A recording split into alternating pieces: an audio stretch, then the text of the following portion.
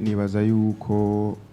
sha vyose ni magiriranire ibintu bibiri byose birafasha yego kubera ko nk'akarorero ndibuka kugira twese abaririmbyi batwizeye tukorera imiziki kubera ko tubanza kubaka amazina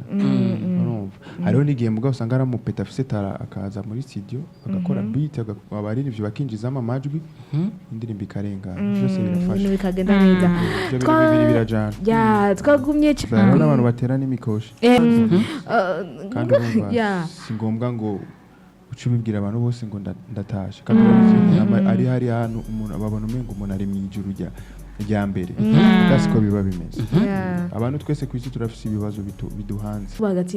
bigenda gute abashoboye guca hajya bose nta mubano mwiza tubona ariko kandi mu nyuma tukaca tukubona wuragiye no muri album yiwe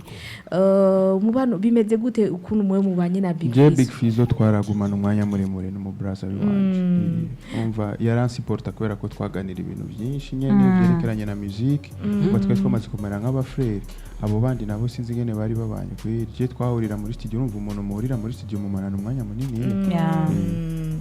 ko haragera nk'igihe usanga tutariko turakora music ugasanga ari kamanura ibindi bintu by'ubuzima busanzwe donc yari amaze kumera nk'umubrother kugeza none munsi je urabise ko ari nawe pare wa mariage yiwe ariko ico Endo Mike avuga kwa FIZZO avuga ati kuvaho mumenyaniye na FIZZO tukaza turavugana ikintu nungutse yoshobora kuturatira n'igiki ibintu nungutse ni byinshi kuri mugani no kumenya kubana n'abantu no kumenya kubana n'abantu bari muri entertainment yo ngahanya kubera barabizi naje ndamusanga bibayemo imyaka myinshi yego ariko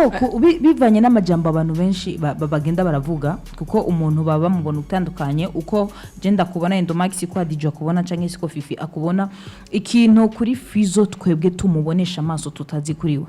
ni kubera ko mwe mutazi ikiri Fariaz ni umwana mwiza sana yego kwiri kandi arakundana peut-être ko mwe mushobora kuba mwumva ibindi mugabo je ikintu ndamuzi ko arakundana cyane